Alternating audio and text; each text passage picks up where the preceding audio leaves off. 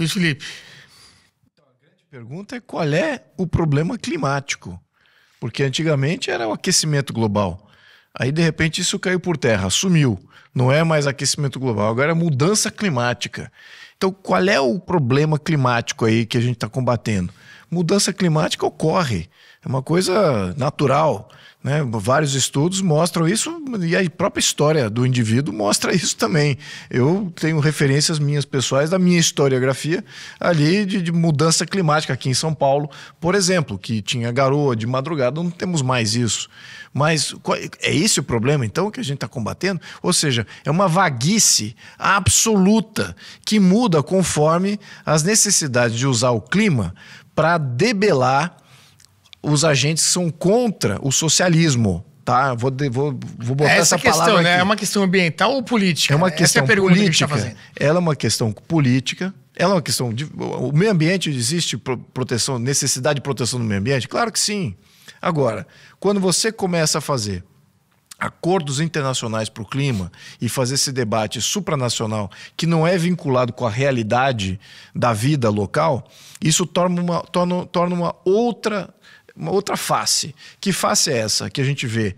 O clima ele é usado para você debelar, primeiro, a produção industrial e o agronegócio. Então ele é usado, olha, não pode industrializar, porque temos o clima está sendo afetado por isso. Ó, não podemos ter mais área de exploração do agronegócio. O clima vai ser afetado por isso. Ah, não podemos mais fazer extrativismo mineral, né, as mineradoras. O clima vai ser afetado por isso. Ou seja, é uma ferramenta de limitação de produção. Isso vem lá de trás, olha, isso aí é bem antigo, tá? E quando começou esse movimento climático, quando eles começaram a usar esse movimento climático, já estava nos anos 70, mas antes disso, lá nos anos 50, dos anos 50, final da Segunda Guerra Mundial, ali a criação da ONU, o que acontece?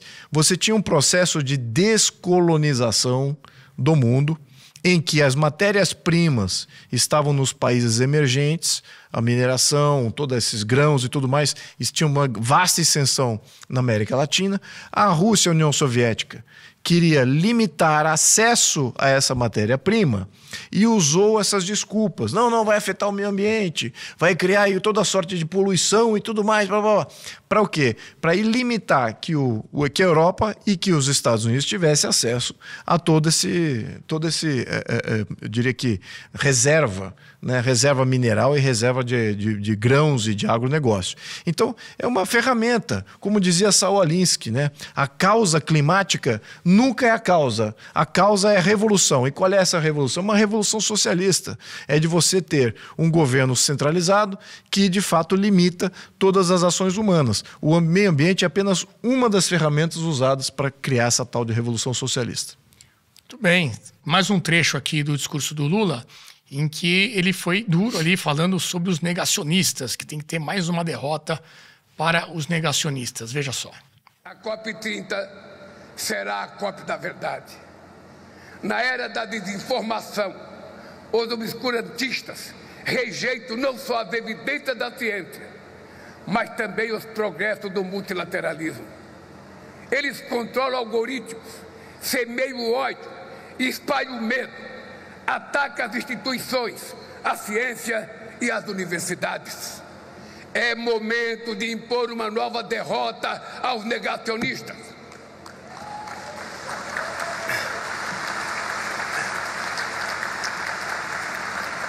Sem o Acordo de Paris, o mundo estaria afadado ao aquecimento catastrófico de quase 5 graus até o fim do século. Estamos andando na direção certa, mas na velocidade errada.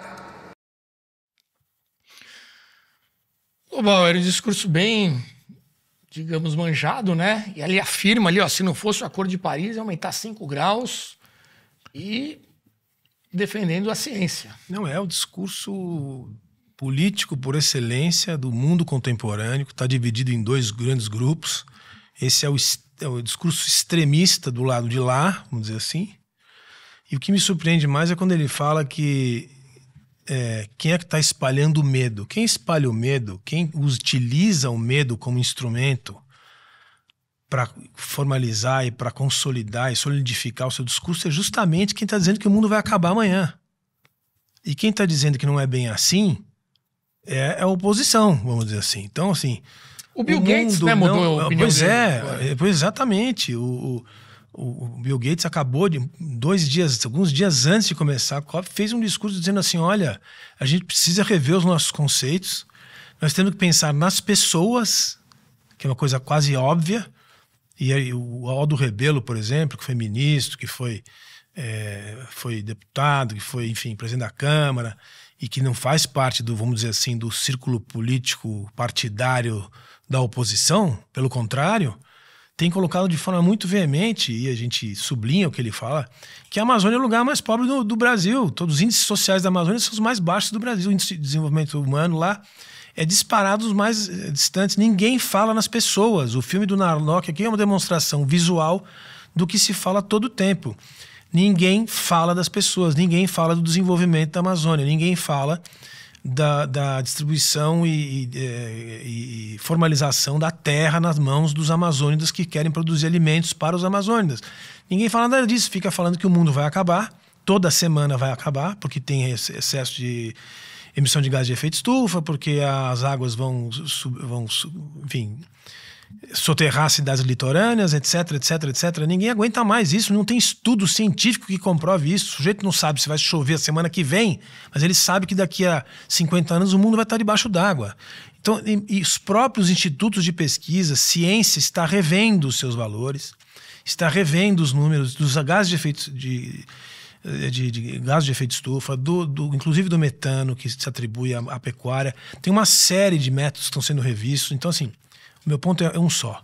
Quem é que está utilizando a agenda do medo para ganhar espaço? Não são os críticos da COP, isso eu te garanto. Pelo contrário, quem vive dessa agenda são as organizações não governamentais, bilionárias e as suas burocracias e o seu trabalho corporativo muito eficiente. Eu até, se a gente puder ouvir a opinião do Narlock, porque ele escreveu isso no livro dele de forma muito boa, e também eu queria saber se ele está vendo esses personagens, onde é que eles estão, se eles têm stand, se eles têm salinha VIP, porque basicamente o que nós estamos falando aqui são de pessoas que têm ótimos salários, que vivem no circuito Elizabeth Arden, que fazem seus seminários Paris, Londres, Nova York e Tóquio.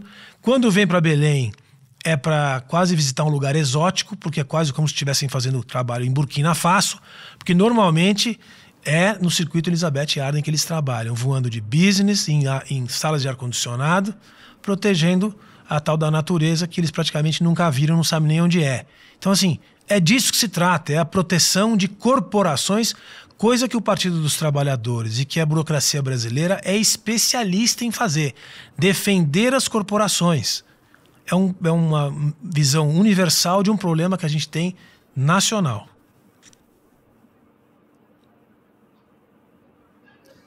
Pois é, gente, eu preciso antes falar sobre esse discurso do Lula. É engraçado, é muito curioso que ele começa a falar ali, essa é a COP da verdade, e daí logo antes, um pouco antes e logo depois, ele recheia o discurso de mentiras, né? Então ele fala, por exemplo, que sem o Acordo de Paris, nós teríamos, a temperatura subiria 5 graus. Gente, da onde o Lula tirou isso? Vejam bem, existem vários cenários de previsão, né? Então o pessoal que faz as previsões climáticas, de mortes e tal, eles usam fatores sociais, né, de economia, quantos ar-condicionado as pessoas vão ter no futuro e tudo isso. Quanto carbono elas vão emitir. O cenário mais apocalíptico de todos, né, que cada vez mais criticado porque ele é muito irreal, ele fala de dezenas de vezes mais uso de per capita de carvão mineral, por exemplo, ele fala de um aumento de 4,5 graus. Né?